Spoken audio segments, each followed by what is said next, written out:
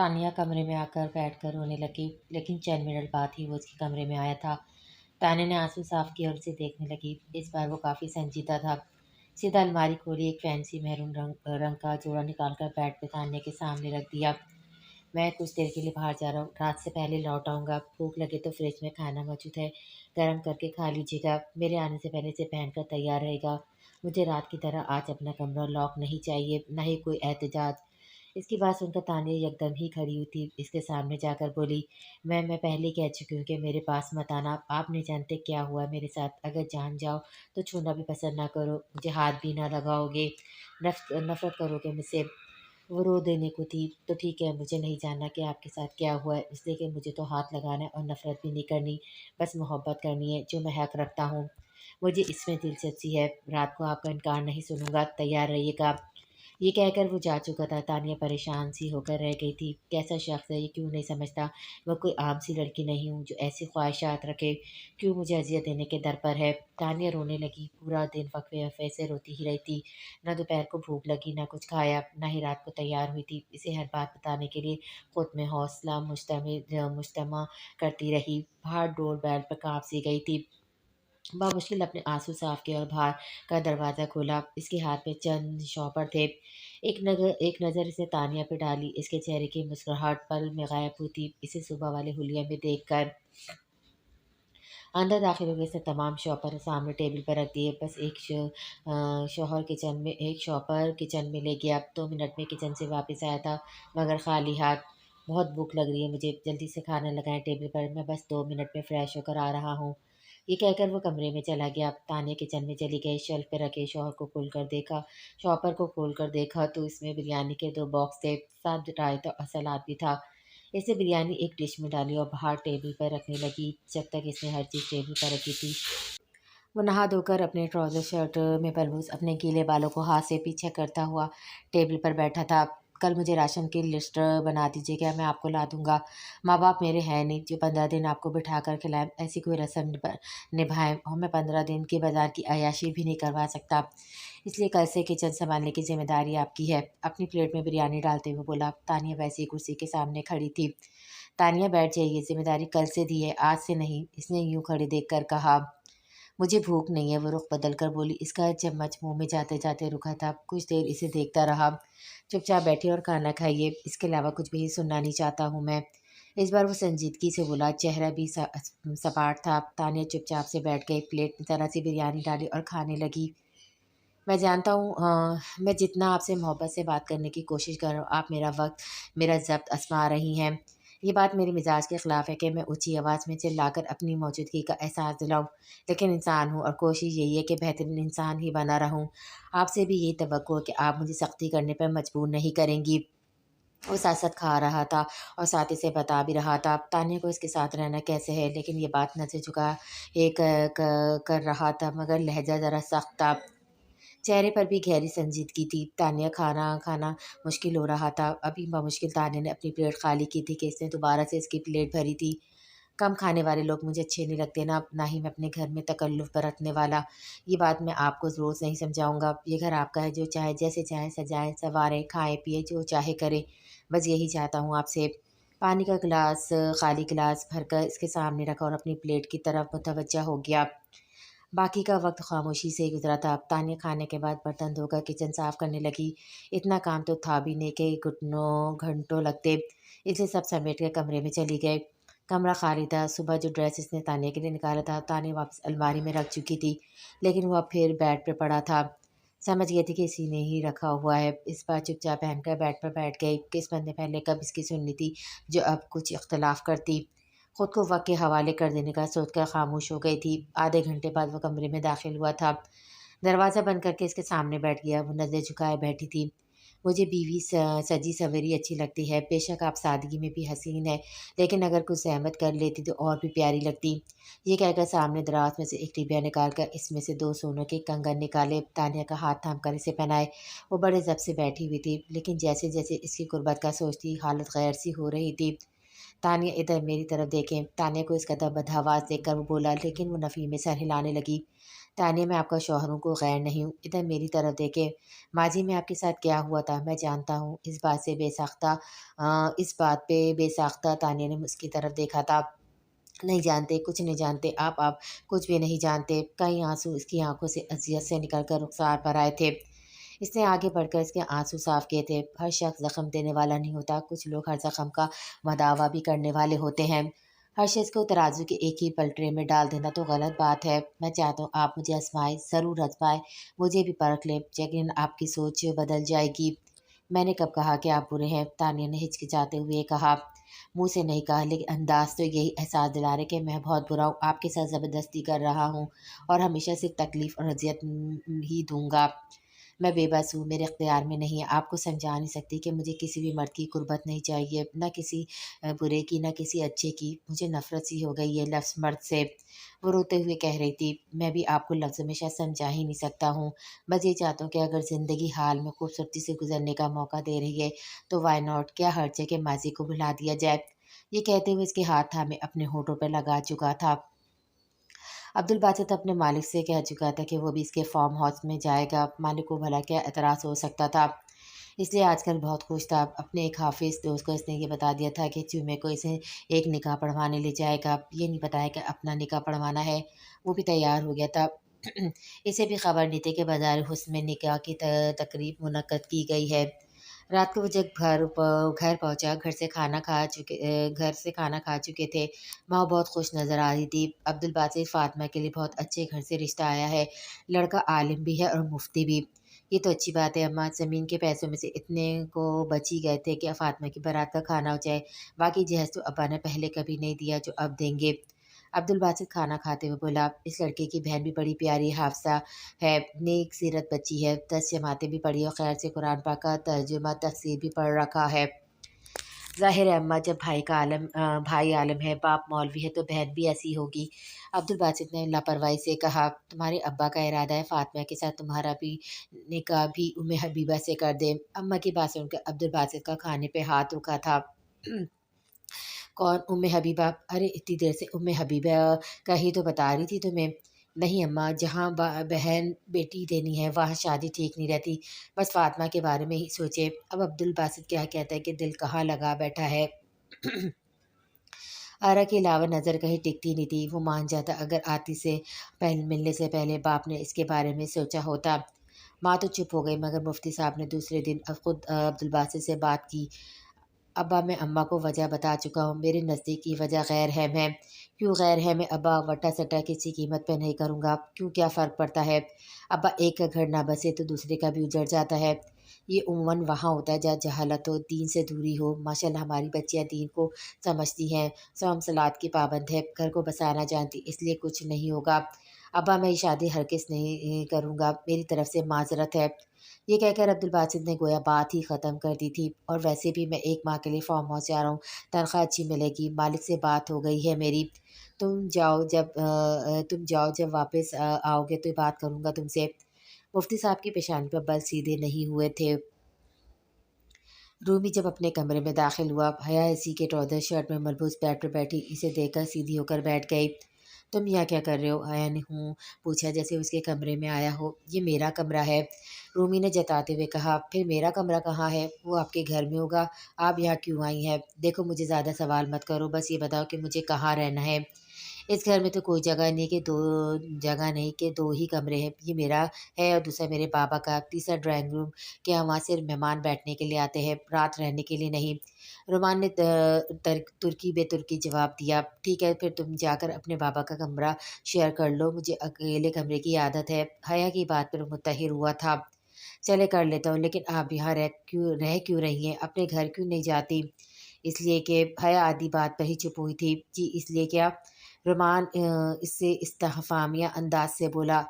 देखा, तुम्हारे बाबा ने मुझसे निकाह किया है। हया ने नज़रें चुराई थी और रोमान दंग रह गया था ये सुनकर।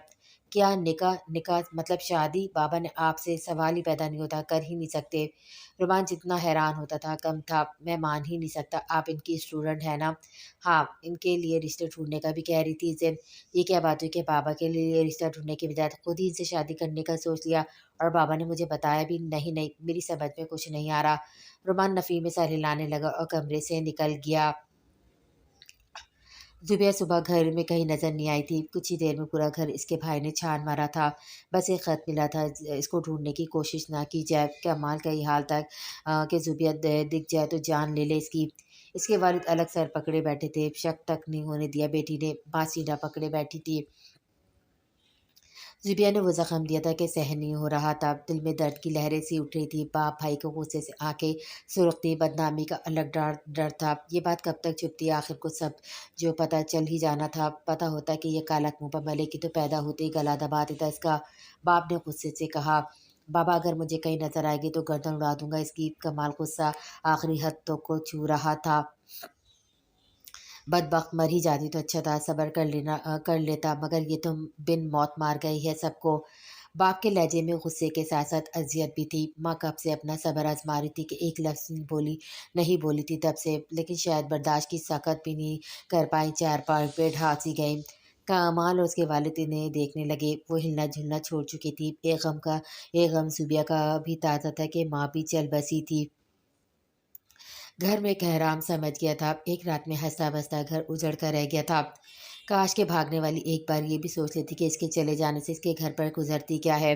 ہر رات ایک اذیت لے کر آتی تھی، ہر دن نئے سوال اٹھتا ہے۔ میت پر جمع ہونے والی عورتوں میں شمس کی ماں بھی شامل تھی، اس بات سے انجان کہ زبیہ کے گھر میں صفحہ ماتم بچھانے میں بہتا بھی برابر کا حصے دار تھا۔ ہائے ہائے، اللہ بچائے، ایسی بیٹی سے کیا ذلت دے کر گئی ہے گھر والوں کو۔ ماں تو سہن نہیں کر پائی، مر گئی بیچاری، جیسے کیسی معصوم لگتی تھی، کوئی دیکھ کر کہہ نہیں سکتا یہ حرکت بھی کر گزرے گی۔ محلے کی ایک عورت ہاتھ میں سپارہ پکڑے بول رہی تھی، ہاں بات تو سچ ہے بہن، برابر کا گھر ہے ہمارا، 100 بار کا آنا جانا تھا، سر سے دوپٹہ تو کبھی اترتے نہیں دیکھا تھا اس کا۔ ہائے ہائے، اتنا بڑا صدمہ دینے سے پہلے ایک پل تو سوچتی۔ شمس کی ماں نے بھی لقمہ دینا ضروری سمجھا۔ اللہ بیٹی دے تو عزت رکھنے والی دے، ورنہ نہ ہی دے تو اچھا ہے، تیسری عورت نے کہا۔ دوسری جانب شمس کی بے خودی عروج پر تھی، زبیہ نے بامشکل اپنے آپ اس سے آزاد کروایا تھا۔ شمس پلیز نکاح سے پہلے میرے قریب مت آئیے گا۔ زبیہ بگڑ کر بولی، ٹھیک ہے چلتے ہیں، ابھی کچہری کورٹ میرج کر لیں گے، اب تو خوش۔ شمس مسکرا کر بولا، لیکن زبیہ بے چین تھی، پتہ نہیں کیوں شمس، میرا دل بہت گھبرا رہا ہے، لگتا ہے بہت غلط کچھ کر بیٹھی ہوں۔ زبیہ وہیں بیٹھ پر اس کے برابر بیٹھ گئی۔ زبی کیوں پریشان ہو رہی ہو، بس چند مہینوں کی بات ہے، میں خود ہاتھ کر منا لوں گا تمہارے گھر والوں کو، سارا خود اپنے اوپر لے لوں گا، مان جائیں گے وہ، ابھی تو سارے غصے میں ہوں گے۔ شمس کی تسلی بھی زبیہ کی بے چینی دور نہیں کر پا رہی تھی۔ کھانا کھانے کے بعد وہ لوگ کورٹ گئے، مگر وہاں پتراؤ کو تھا، وکیلوں کی ہڑتال چل رہی تھی۔ ان کے کچھ مطالبے تھے جو حکومت پورے نہیں کر رہی تھی۔ جلد سے جلوس دیکھ کر وہ لوگ واپس آ گئے۔ رات کو زبیہ بہت گھبرائی ہوئی تھی۔ ایک کمرہ پہ شمس کی بے باک نظریں، تم کیوں شکل پر 12 بجائے بیٹھی ہو زبی؟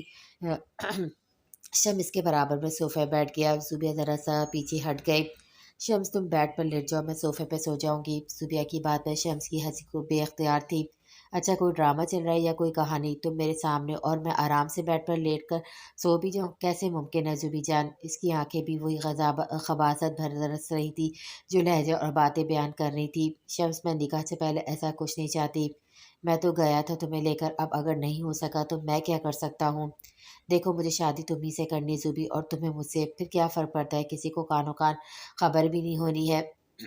شمس نے آنکھ دبا کر کہا، لیکن ہمیں تو پتہ نہیں، یہ گناہ ہے، غلط ہے۔ زبیہ کا لہجہ سخت ہوا تھا، مگر شمس کی ہنسی بے ساختہ تھی۔ اتنی گناہ کی فکر تھی تو محبت کیوں کی تھی؟ ہم نے اب تک ثواب کیا ہے زبی، پہلی بار میری مسکراہٹ کا جواب تم نے مسکراہٹ سے دیا، کیا وہ ثواب تھا؟ میرے خط کسی لحاظ سے پڑھنے کے قابل نہیں تھے، وہ باتیں جو میں تمہیں لکھ کر دیتا تھا لیکن پڑھتی تھی، کیا وہ غلط نہیں تھا؟ میرے ساتھ کئی بار تم پارکوں میں، ہوٹلوں میں گئی ہو، کیا یہ ٹھیک تھا؟ کیا یہ ٹھیک ہے کہ تم بھاگ کر میرے ساتھ یا لاہور میں اس ہوٹل کے کمرے میں موجود ہو؟ جہاں اتنا غلط اور گناہ کر لیا تو تھوڑا اور کرنے میں حرج ہی کیا ہے؟ शम ये सब मैंने तुम्हारी मोहब्बत में किया है, वरना तुम जानते हो मैं ऐसी नहीं हूँ। ज़ुबिया इसे न जाने क्यों अपने किरदार की गवाही दे रही थी। हाँ तो मैंने कब इनकार किया है, मोहब्बत में सब कुछ जायज़ है ज़ुबी, वो भी जो मैं आज करूँगा। शम्स उसके कान के करीब होकर बोला। शम्स प्लीज़। ज़ुबिया उठकर खड़ी हुई थी। बहुत ड्रामे कर लिए तुमने, बस ज़्यादा नखरे मत दिखाओ। मुझे कहा है कल निकाह कर लूँगा ना, कर लेंगे। शम्स ने खड़े होकर सख्ती से ज़ुबिया का हाथ पकड़ कर कहा। फिर ज़ुबिया एक नहीं सुनी थी। जाजिम की बातें और यूँ रोज़ रोज़ आना नूरजहाँ बेगम को परेशान करने लगा था। एक बार वो रात को आया था, रक्स जारी था। बड़ी बेतकल्लुफ़ी से वो नूरजहाँ के पास आकर बैठ गया। सबकी नज़रें इस नौजवान पर थी। रस के दौरान किसी की मजाल नहीं थी कि नूरजहाँ के तख्त पर इसके साथ बैठे। लोग बस आकर कीमत ही अदा करते थे। नूरजहाँ ने नागवार से इसे देखा, लेकिन बोली कुछ नहीं। रक्स खत्म होते एक उधेड़ उम्र का शख्स नूरजहाँ के पास बैठ गया और रक्स करने वाली लड़की की कीमत पूछने लगा। सौदा होते इसने पैसों का बंडल नूरजहाँ के सामने फेंका। साथ ही नूरजहाँ की आवारा लड़के जो चेहरे पर हवा से बार बार आ रहे आवारा लटे जो चेहरे पर हवा से बार बार आ रही थी, इसे पीछे करने लगा। तुम्हारा हुस्न तो अब भी बेचैन करने के लिए काफ़ी है नूरी। जाजिम को गुस्से से बुरा हाल था। इसने शख्स का हाथ जोर से पीछे को झटका। वो आदमी गुस्से से जाजिम को देखने लगा। हाथ कैसे लगाया तुमने इन्हें? हिम्मत कैसी हुई तुम्हारी इन्हें छूने की? जाजिम ने इस शख्स का गिरबान पकड़ लिया। खौन आंखें इसके नशे से चूर आंखों में डालकर गर्रा कर बोला। अरे छोड़ो छोरे छोड़ इसे। नूरजहाँ बुरी तरह घबराई थी। वो अमीर नवाब था, बहुत पैसे वाला था। काफ़ी मर्द इधर ही जमा हो गए। ये लड़की मेरा गिरबान छोड़, वरना वरना क्या करोगी? अपनी हद में रहना सीखो, समझे? जिसकी कीमत भरी है, इसी के पास जाओ। दोबारा अगर इन्हें छूने की कोशिश की तो मार डालूंगा तुम्हें। जाजिम ने नूरजहाँ की तरफ इशारा करते हुए कहा। नूरजहाँ का तो रंग ही उड़न चक्कर हो गया था। तुझे क्या तकलीफ है? मेरी मर्जी, जो चाहे करूँ। तू कौन होता है बोलने वाला? वो शख्स भी गुस्से से बोला। जाजिम ने इसके मुंह पर मुक्का मारा। नाक से खून निकलने लगा। बाकी के लोग इसे जाजिम से छुड़वाने लगे। नूरजहाँ ने जाजिम से इसका गिरबान छुड़वाने की कोशिश की। पागल हो गया है तू? छोड़ इसे कमबख्त मार डालेगा क्या? नूरजहाँ ने बड़ी मुश्किल से जाजिम से शख्स का गिरबान छुड़वाया। अच्छा खासा तमाशा सा लग गया था। तमाम रस करती लड़कियां एक कोने में डर कर खड़ी हो गईं। सब लोग जाओ यहाँ से, कोई सौदा नहीं होगा।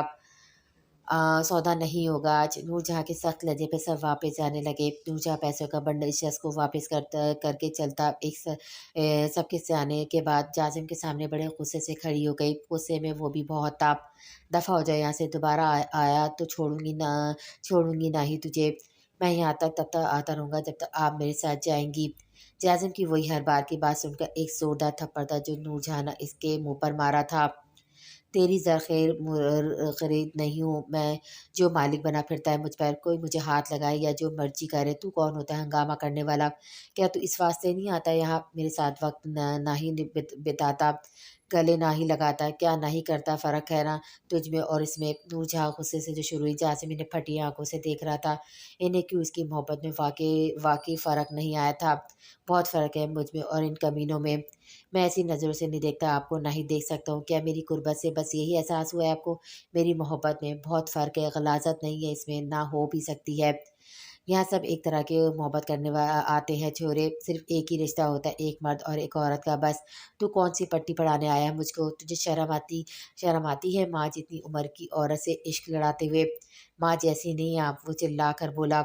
मेरी माँ हैं आप। जाज़िम ने बेबसी से कहा। कई आँसू से आँख से बहे थे। नूरजहाँ शिद्दत से इसे देखती रह गई थी। रुमान सीधा इर्तिज़ा के कमरे में आया था। बिना दस्तक दिए दाखिल हुआ, आँखों में आँसू थे। इर्तिज़ा रॉकिंग चेयर पर बैठा सिगरेट पी रहा था। पूरा कमरा सिगरेट के धुएँ से भरा हुआ था। वो सीधा आकर इर्तिज़ा के सामने खड़ा हुआ। बाबा आपने शादी कर ली है अपनी स्टूडेंट से? आँखों में झिलमिलाते आँसू लिए रुमान ने पूछा और इर्तिज़ा ने बरजस्ता इसे देखा। किसने कहा तुमसे? इसी ने, वही हया। बाबा क्यों किया आपने इससे शादी? मुझे वो ज़रा पसंद नहीं है। आपको पता है अभी हारिस का फ़ोन आया था, कह रहा था तुम्हारा बाप अच्छा इंसान नहीं है। इसने एक लड़की के साथ रेप किया है। ये रेप क्या होता है बाबा? रुमान के मुँह से ये अल्फ़ाज़ सुनकर इर्तिज़ा के रहसे और सान भी ख़ता हुए थे। बकवास कर रहा है हारिस, तुमसे कुछ नहीं किया। अ, ह बकवास कर रहा है हारिस, तुमसे कुछ नहीं किया मैंने। सुनो अपना मोबाइल मुझे दो। इर्तिज़ा ने हाथ आगे बढ़ाया। रुमान ने जेब से मोबाइल निकाल कर इसे पकड़ा दिया। फ़िलहाल मेरा सर दर्द से फट रहा है रूमी, मैं तुम्हें किसी का जवाब नहीं दे सकता, लेकिन कल दे दूँगा। तुम अपने कमरे में जाओ। बाबा वो मेरे कमरे में है, कह रही है कि मैं आपके साथ एडजस्ट कर लूँ। इन्हें अकेले कमरे में रहने की आदत है। हया पर तो अर्तज़ा को वैसे ही का गुस्सा कम नहीं होता था। बड़ी मुश्किल से खुद को काबू किए हुए हुआ था। रोमान की बात सुनकर आँख से लग गई थी इसे। इसके बाप का घर नहीं है ये, इसे कहो निकले तुम्हारे कमरे से बाहर। लॉन्च में सोए जाकर अगर मैं बाहर आ गया तो शायद गला दबा दूँ, इसका मार डालूँगा। माँ बेहतर ये है कि मुझे बाहर निकलने पे मजबूर ना करे। वो चिल्लाकर बोला और रुमान खुद भी घबरा सा गया बाप के गुस्से को देखकर, इसलिए उल्टे कदम बाहर निकला था। आरा 2 दिन से मौका ढूँढ रही थी जहां बेगम से बात करने का, मगर मिल नहीं रहा था। रात को जहां बेगम पैसे गिन रही थी, जब आरा इसके पास बैठ गई, अम्मा कुछ मुझे कुछ कहना है तुझसे। हाँ बोल, पैसे गिनते हुए जहान बेगम ने कहा। वो जो आता है ना मुझसे मिलने, आरा ने झिझकते हुए कहा। कौन? जहान बेगम का ध्यान पैसों की गिनती पे था। अम्मा वो ही मौलवी मौलवी का बेटा। लफ्ज़ आरा के हलक में अटके थे। हाँ वो छोरा कहा हुआ इसे। अम्मा वो मुझसे शादी करना चाहता है। ये कहकर आरा ज़रा सा पीछे हटी थी। पता था जहान बेगम छूटते थप्पड़ मार देगी। जहान बेगम के नोटों से गिरफ्त छटी थी। सारे गिने हुए नोट दोबारा से अनगिने नोटों से बराबर हुए थे। जहान बेगम की घूरती नज़र से आरा की जान लबों पर आई थी।